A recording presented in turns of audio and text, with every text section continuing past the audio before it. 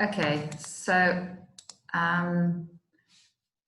welcome everybody to this afternoon talk about school gardening.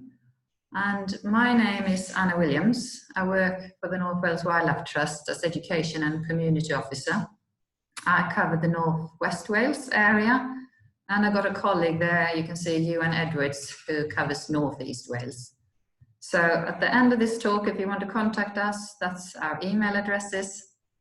As I said, I cover Gwynedd, Conwy, Anglesey, and Ewan cover the counties over in the northeast. On our website, you can find more information, and I won't go into the sort of planting lists and more details like that, but they are on the website under wildlife gardening. There's quite a lot of information there. We also have a YouTube channel, and this will be on the YouTube channel afterwards if you think some of your colleagues or friends would like to listen. And also, there are some other talks that we've given on planting orchards and hedges and so on. A lot of those talks are based, all the examples are based in schools. So do have a look around, both on our website and our YouTube channel for more information. Okay, let's get going. So Ewan and my work is about engaging with people, and we do it at our nature reserves. So if you want to take a school group to our nature reserves, do contact us, and you can find out where our reserves are on the website. We also go out in the community, schools, and we help workplaces. And also I run a wildlife gardening project to encourage people, everybody, to do what they can in their own gardens for wildlife. And of course, today I'm going to talk about local schools in North Wales based on work that I've done. And now I'm not going to talk about Ewan's work, but I'm talking about the work in the Northwest. So it will, important part of our work is to win over people's hearts and minds. It's not all about creating the habitats, but as David Attenborough says so beautifully there, we really need to have had the connection with nature to care about it and to want to look after it. And I know it's very obvious stating that, but for many children and young people, they might not have had the opportunity to connect with nature. And school grounds is a great opportunity to do this. And the projects don't need to be big, as you can see in this presentation. And just in that little garden and the photo, we had 3 birds nesting.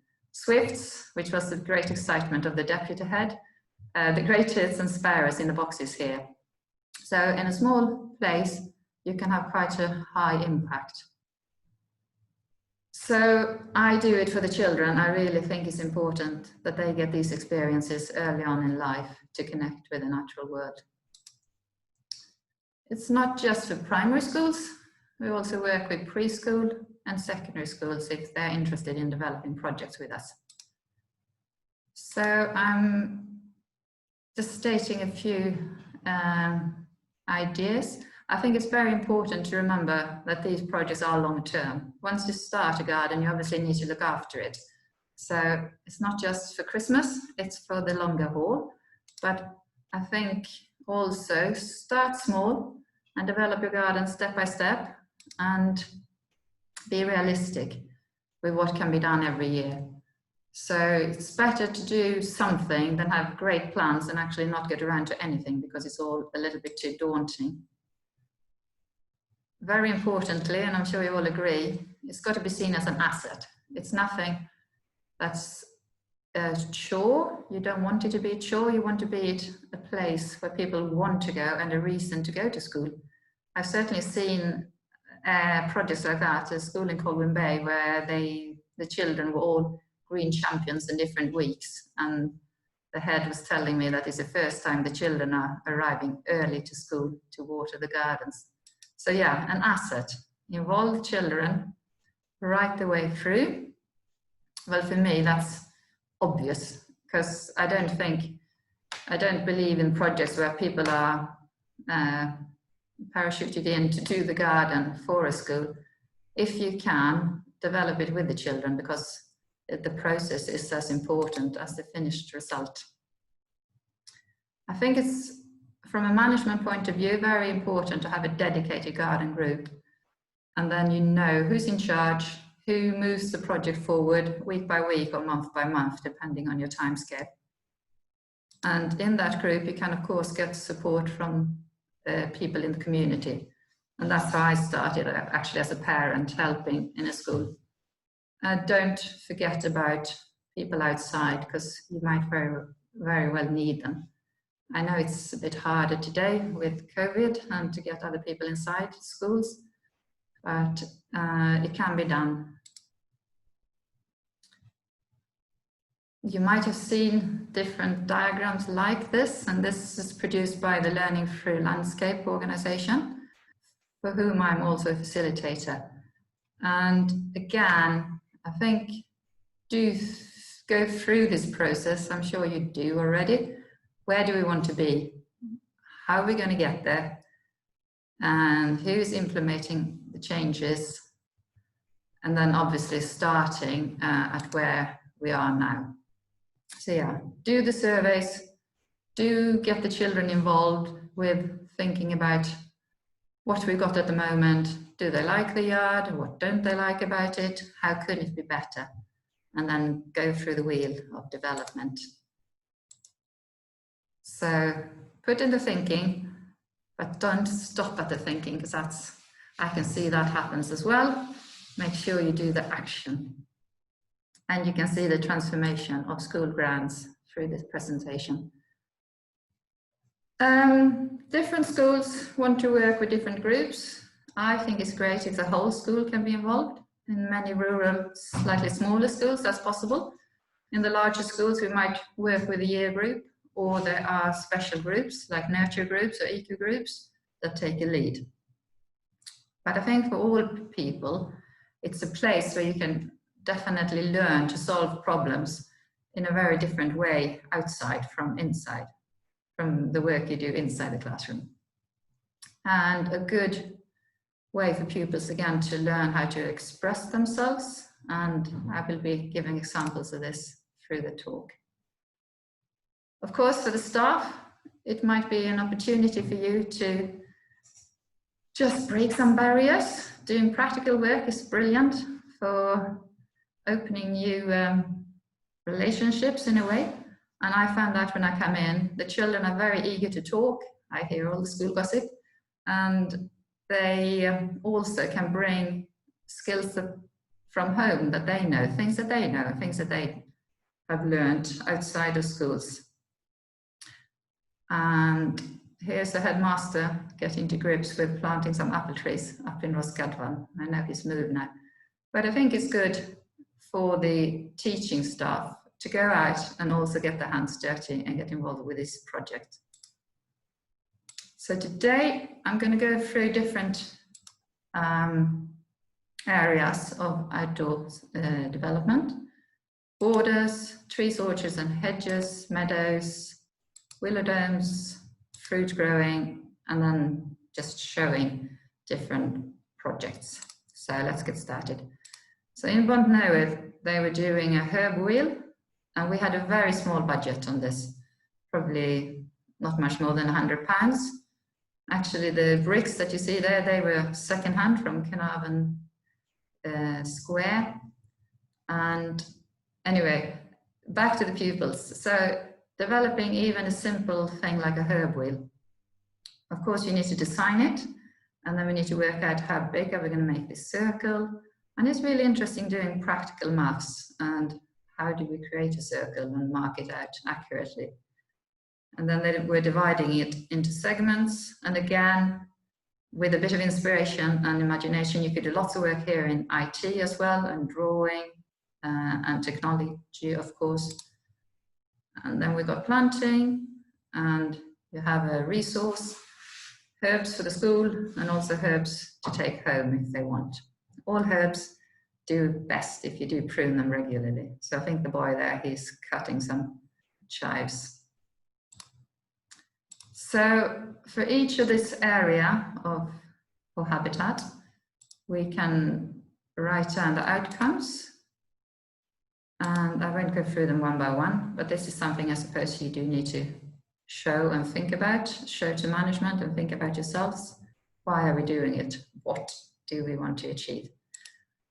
And then sessions. I have these sort of sessions linked to curriculum for each one of the different projects. So if you want them, I can send them to you later. And of course, these sessions can be done by the schools entirely yourself, or if you want to bring in an outside body like us, the Wildlife Trust, we can do it in collaboration with you. I think that can work very well. But the school definitely has to take ownership of the garden, and the school is the main driver. Because at the end of the day, you are there to do the maintenance and the teaching outside. So in our school gardens, it's not only about learning topic to topic. I think it's deeper than that. It goes a lot deeper, and hopefully we can give some of the pupils anyway interests outside of school. The natural world is vast, and many people do get inspiration. Some of our best naturalists have got inspired at school by people coming in or giving a talk or whatever it is. And I know the lad here in the middle on the left-hand photo, he is now a tree surgeon. And Arwell was very inspired by the school gardening project we did in Weinbau. He was so keen, he had to start a school garden at home. And his mother has told me that he's now really happy in his work and he loves going to work every day. And the school garden had a big influence on his choice of career.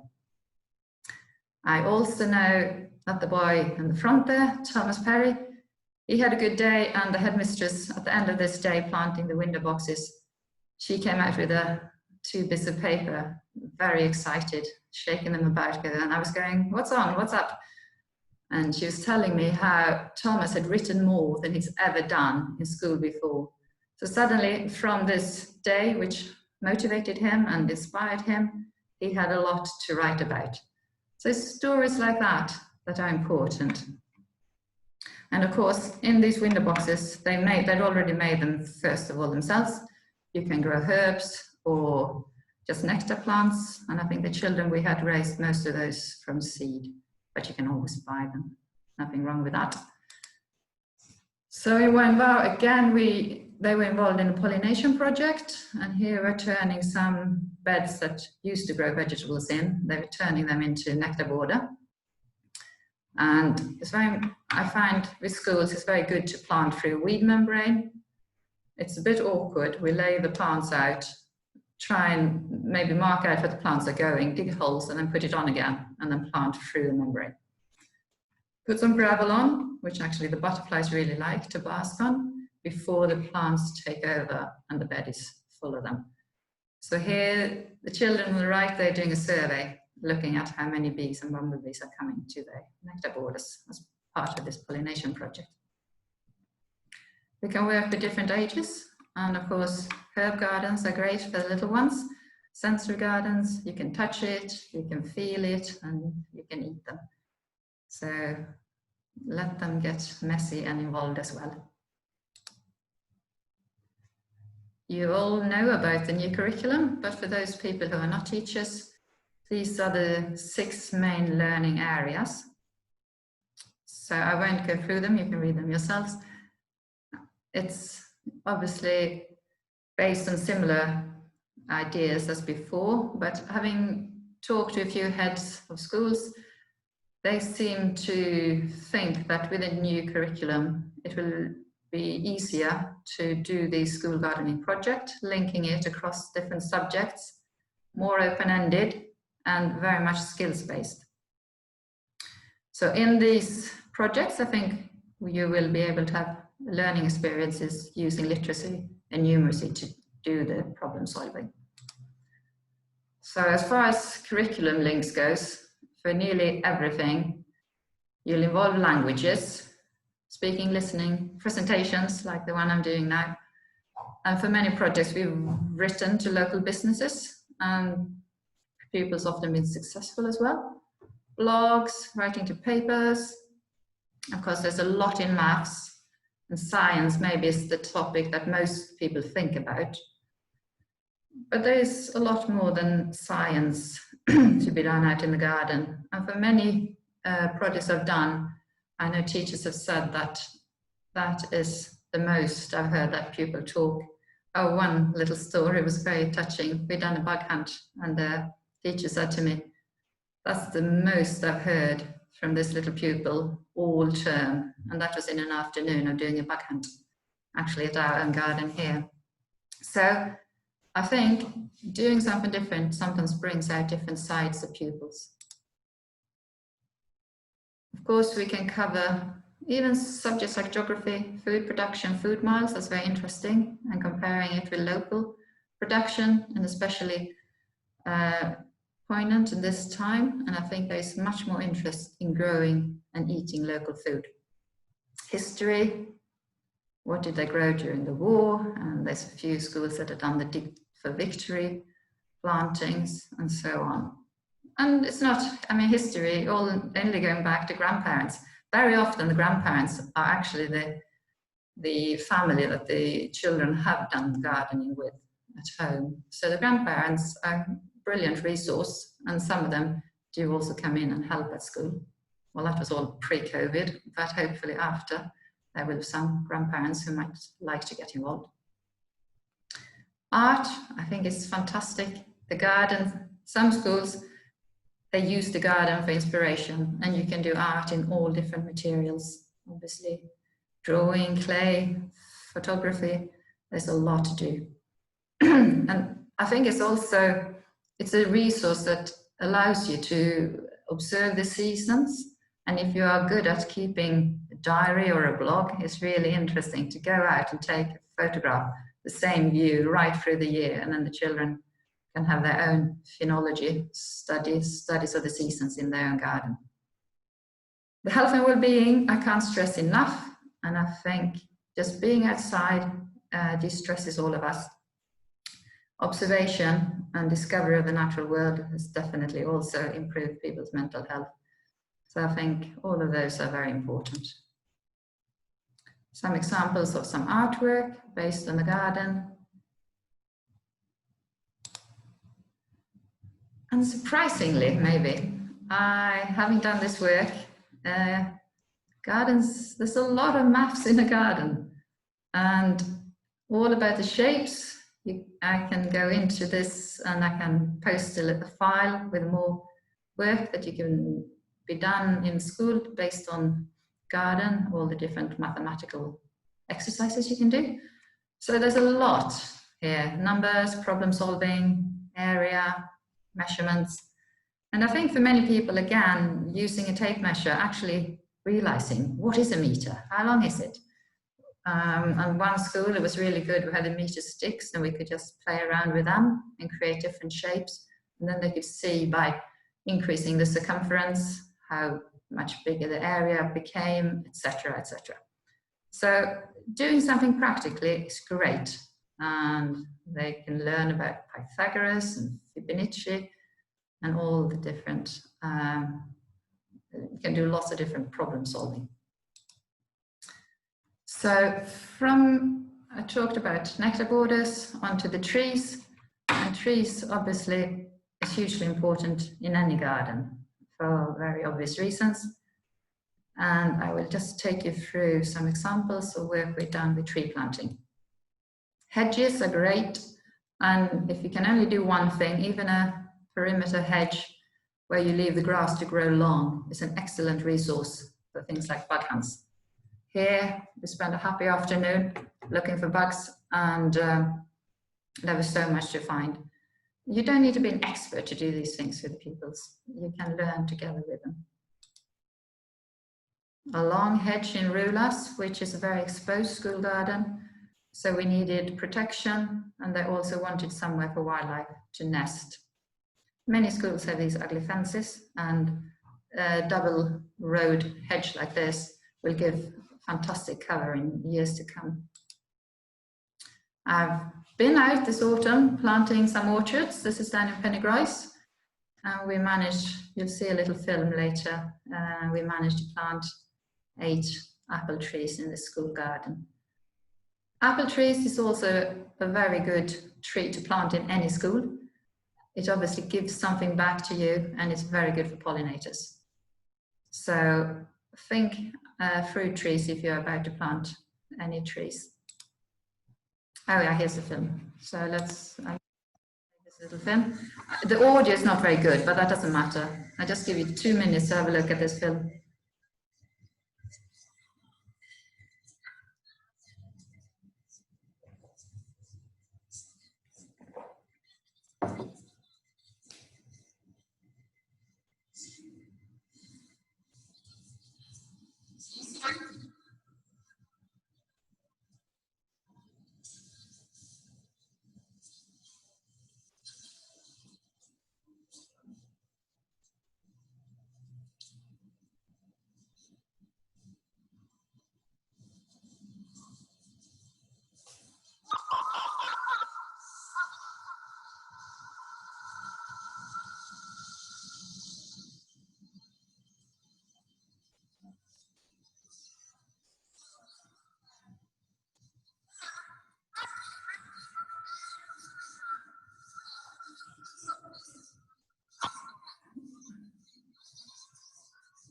The lad is just saying that no, we need more than one person taking the tree out of the pot. Here we have a bit of calamity going on.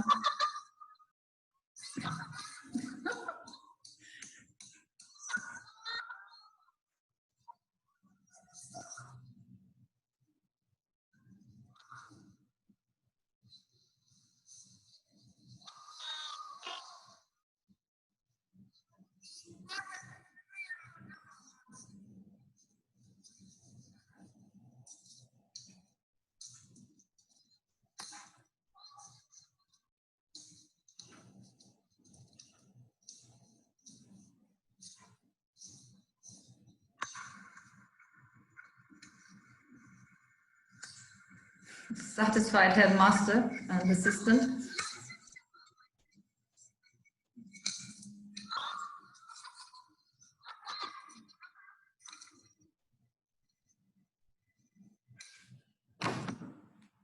Right. So anyway, you can see it was good teamwork. I must say they did a very good job at planting that apple tree, and it's great to see them working together, working out how to do it. So making a meadow. Meadows are excellent for wildlife and for all our pollinators, and they are increasingly disappearing in our countryside. We lost 98% of our meadows since the Second World War. So if schools can create meadows, that's fantastic. And obviously it's a great area I mentioned. You can do mini bees, hunts, it can look attractive. And I'm just going to show you some example here. In Clanfleche, they wanted a meadow, but it's really hard to make it on this open bit of ground. And we needed then to create an area. So I did a box, like a veg box really, raised bed. And this was a group in the special needs they planted in April. And in the following summer, I had a fantastic display of colors. If you plant a little earlier or in the autumn, you get the flowers earlier as well. And that's in Llanfrothan. We had lovely cornfield mix, which are good for the pollinators. As you can see there, the red-tailed bumblebee. Hay meadows, the traditional ones, those are perennials. They come year in, year out, but you have to cut and remove the hay every year. And you can see the pupils sowing, and we're also doing a meadow together with some apple trees, like a little orchard here. I was very happy with that result, but it has to be cut and removed every year at the end of August. Once you've got the habitats, of course, you can start doing your own surveys, scientific surveys, and I yet have to meet a child who doesn't enjoy catching a bug. And you can record everything and you can make as much of it as you want. There is a very good organization called Opal. They have resources online, all different surveys. This is a pollination one. There are others, soil surveys, bug hunts, pond surveys, etc. All available online for you to use. I was involved with this pollination project, and that's quite a poignant quote by Leah. So we got involved in improving school grounds for pollinators. This was 8 schools I worked with in Northwest Wales. I worked with 4 over in the Northeast. And we're doing everything from making nesting boxes for solitary bees to habitats, that's a herb wheel again, planting along the fences, and then they were learning about bees as part of their school day. And here are some more projects. And in Penmachno, you can see we were doing recording. It was quite interesting. I was there helping them with Opal survey, how much we did actually find in this little patch. Obviously, where you leave the grass to grow and you might get buttercups and other flowers coming through, you will get the pollinators. And again, I must stress, you don't have to be insect expert to do these things, so they're very easily described for any amateur. These bits of land, this is in Penmachno, are very, very good for wildlife. And I was surprised by how many different flowers we recorded in just this strip. So some of the schools will have areas that haven't been improved or fertilized, and those are usually much higher in wildflower numbers. And then obviously also in pollinators, because that's where they go. Right, time for a quiz for yourself. Get a break from my voice. So you can do this for yourself, and then afterwards you can tell me how many you got correct. I got 6 questions. What's the name of a baby hedgehog? Why do our trees drop their leaves in winter? All things you can ask your pupils. Which continent do our potatoes come from? Are beetles part a pollinator? And how many bee species are there in the UK? A, B or C? That's to include bumblebees and solitary bees. And now, how well do you know the trees in your own grounds? That's something that I think is lovely if the children know a few local trees. I'm surprised how little children know, maybe some adults do, but even just knowing oak tree and a few basic trees, and even 3 or 4 different flowers. It's just, children are like sponges, you know that. So now when you're young, it's a brilliant time to learn, and they've got very good memory. So certainly the plants I learned when I was younger, all that stays much better even as you grow older. So, okay, we'll go to the answers later. Coming on to vegetables, obviously where the food comes from, how we grow it, how we look after it, and then harvesting it. And many pupils have eaten food from the garden they'd never eaten before. Certainly somebody came out and said, oh, I've eaten cabbage for the first time. And that is inspiration. Once you've grown it, you do want to try it. And it's also a reason to go outside, because the veg garden needs care throughout the growing season.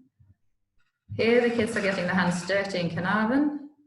Really important to do the digging.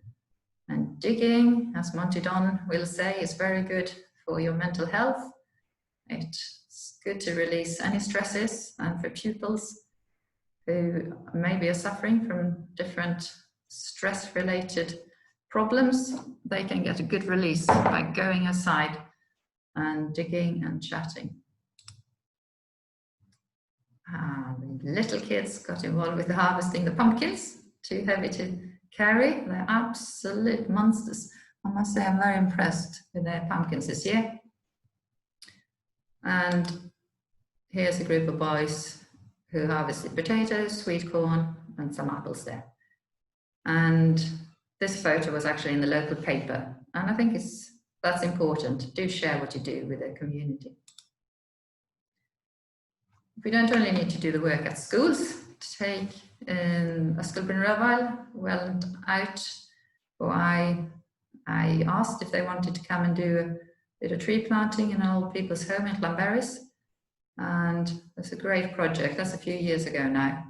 I hope the trees have grown well, because the aim was for the elderly people to have some lovely blossom to look at in spring, and then for the cooks to be able to cook pies and crumbles from their apple orchard. You can see the apple trees are really well protected there, because it's in Llanberis and the sheep roam free there. Of course, apples are great. So with your apples from your garden, I planted an orchard yesterday, actually in Askelboddavan, and you won't have this many apples next year, but in years to come, you can make stuffed apples, and here we are making apple juice, and this was on the Conway Food Festival, where a number of schools got involved with making juice with me. The children were so excited. It is brilliant. I'm making some cider at home with them actually, and it's really fun pressing it, and the juice tastes so much nicer than shop bought juice. Willow domes, they are great for play, relaxation, but they do definitely need maintenance, and some schools have been a little bit poor at that. So every year they need cutting back or weaving in. So if you do willow dome, do think ahead that they are a source of work in years to come. But obviously it's only work, and if the kids enjoy it, that's great. So going to talk about more different size of projects. I mentioned they can be small, and small as here we are planting a border along a fence, and my colleague calls it defortressing the schools, all the non-climbable fences that you have around the schools. They're a bit harsh, and so the benefit here is for the parents. They get a nicer view while they're waiting to pick up the children, and obviously for the wildlife they have got plenty of nectar, and we've got honeysuckle and other shrubs growing along the fence. Many schools don't want ponds for obvious reasons, but you can make a mini pond like this one, only a small flower pot or a washing up bowl, and I was absolutely amazed when they said they've been pond dipping, finding newts in this little pond. So this particular part of the garden was in an area where the children can't go anywhere with their teachers, so it's a good place to put a mini pond. Medium sized, this is classic piece of green grass that wasn't used up in Daneyollen, and the eco teacher was asking me, how can we develop it? And together with the parent and Mentor Fachwen, it's a learning center for people with learning disabilities. They came and put up the trellises. We planted a meadow, made a willow dome, and then this flower border. And it's great to hear afterwards. The teacher was saying, so much easier to teach the children about flowers and pollination as we can go outside and the children can take the flowers apart and have a proper look how it all works. So having it for real life makes it that much easier for the children to understand and for the teachers to teach. One or two challenging sites. I was a bit daunted when I came here, thought, how can we develop this area? It's in Clanberries, and the school has one of the most stunning views of Snowdon, just up to the left there, but the yard leaves a bit to be desired. So they were part of the Pollination project, and we had a meeting, and there were parents who were willing to come and help. I begged some trees from National Trust, Penryn Castle site. Always ask others for materials and you might get it for free. We got all these logs for free, and then a parent made these lovely wooden boxes and the children planted them up. So in time we're hoping to create a green screen, and not surprisingly the teacher was telling me that this is where a lot of children go to play now during playtime. It's a little bit more inviting, I would say. And on the wall, they made a big artwork about Pechlio and the pollination prospect and projects. Process is the word I was looking for. Okay, so dwi'n siarad Cymraeg hefyd. Dwi wedi dysgu Cymraeg, ond dwi'n siarad efo plant. So I am Swedish, I have learned Welsh, so I do speak Welsh, and a mixture of everything when I'm out with school children, but they love it and they can teach me as well. This is a large project, as you can see, in Carnarvon. We started from scratch, nothing. The previous headmaster thought the whole ground there, bordering the estate, could be developed for allotments and wildlife gardens. I helped them actually with a grant, and we got £6,000 from Tesco plastic bags, and we got some money which paid for my time, because I also need to find funding to pay for my time when I'm helping schools. So first time I did school gardening with a tractor, but we had to get it in for the site prep. And here the girls, they've been moving about a ton of soil. We had a little competition. Girls were faster than the boys, and they were filling up all these beds. But no, great stuff.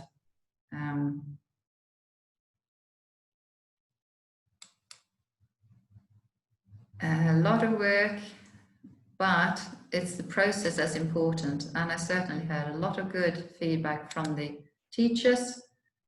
And certainly some days I would come in there, I could sense that the atmosphere was tense in the classroom. I took a few pupils out and they got digging, raking, or whatever we were doing.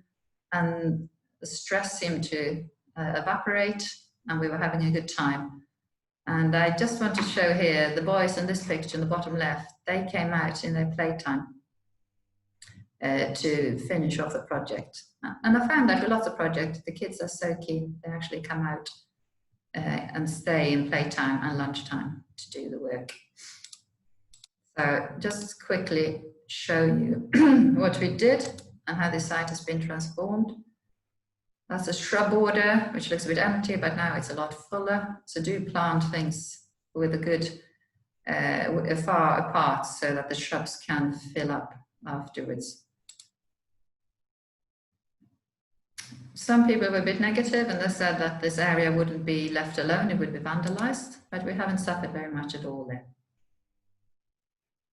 Now I'm just going to show you another project, which I don't know, we've been there before, but this is done on a very small budget, year by year. And this particular day, you can see we're trying to mark it out. I found the girl there on the left-hand side of the picture. She was kind of most on it with the practical marking, so I made her the project manager for the morning, and she was trying to organize the rest. And when I came into the classroom afterwards and we talked what we'd done and they came out to look, it was lovely because the teachers told me that she's very dyslexic and she doesn't particularly enjoy school. And although this day she was definitely shining and she had taken a lead, and that was great to see. So I'm going to just show you a few photos that this have developed, and I won't do so much talking. You can have a look. This particular wheel, we done the herb wheel, you saw that, and now then they wanted a color wheel. So we did each segments with different colored plants. So I just let you have a little look how this has developed.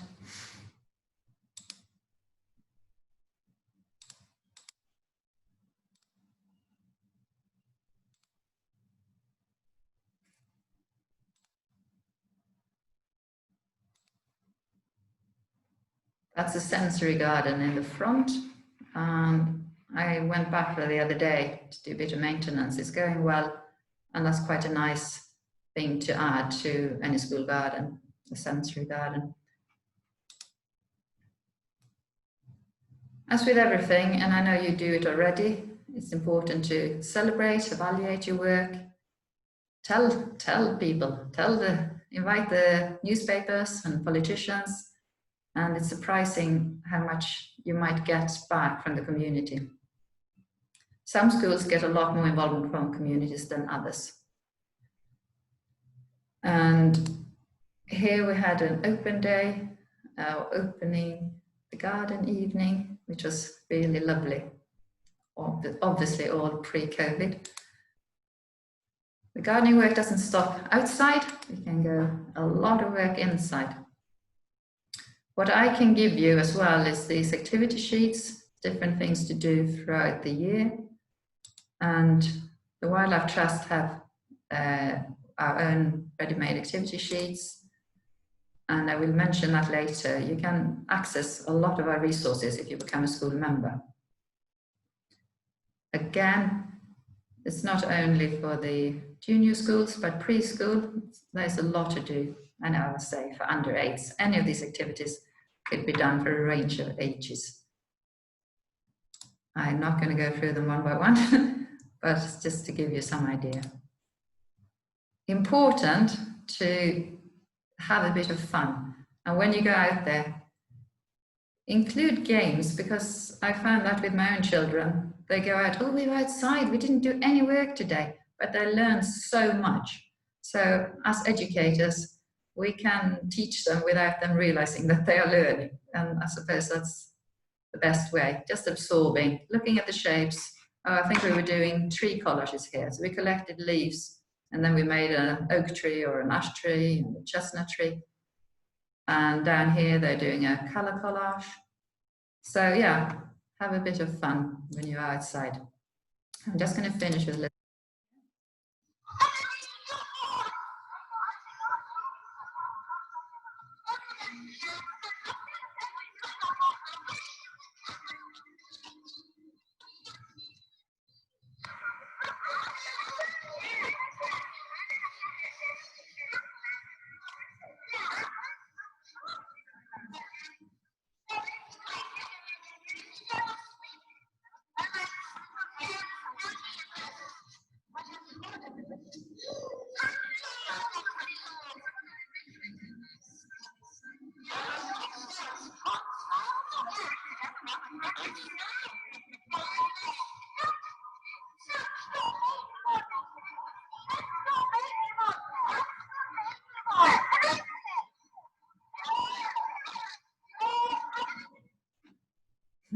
Right.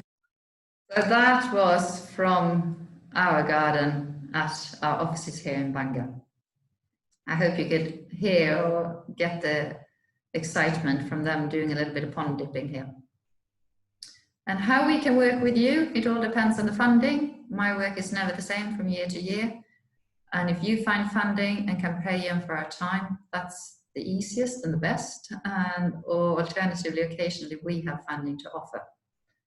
So I do also offer teacher training, less of that in the last few years, but there will be more coming.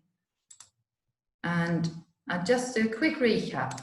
So why, on everything I've been going through, the health and well-being reasons, and a place to sort of recognize our place in the world, and how we all link together with the natural environment.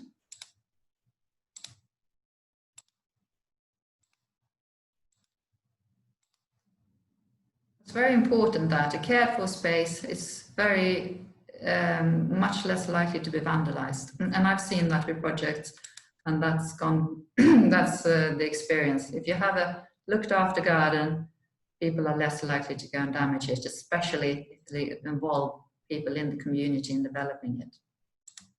The sense of ownership is hugely important. And obviously, if it helps a school to score high in an inspection, that's great for the school. I think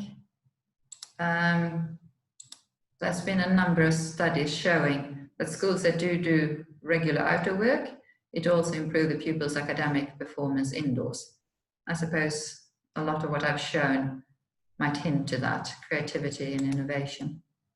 So for myself, I've just got some money through for a project, Trees, Peace and Peace, and I will soon be launching that, and 10 schools will be able to benefit. It's both some time for materials, money for materials, and some of my time to come and help with project, and a half a day of teacher training. So it's about planting fruit trees, hedges, grow veg, and a bit of teacher training. The Wildlife Trust, we also have school membership, and you can have a look. We'll send you the link. And through that, you get these magazines, which are very popular with children, and also you can access a lot of resources. So thank you very much for listening. I'm going to stop talking, and if we can all unmute ourselves, then we can have a conversation, and you can ask me questions.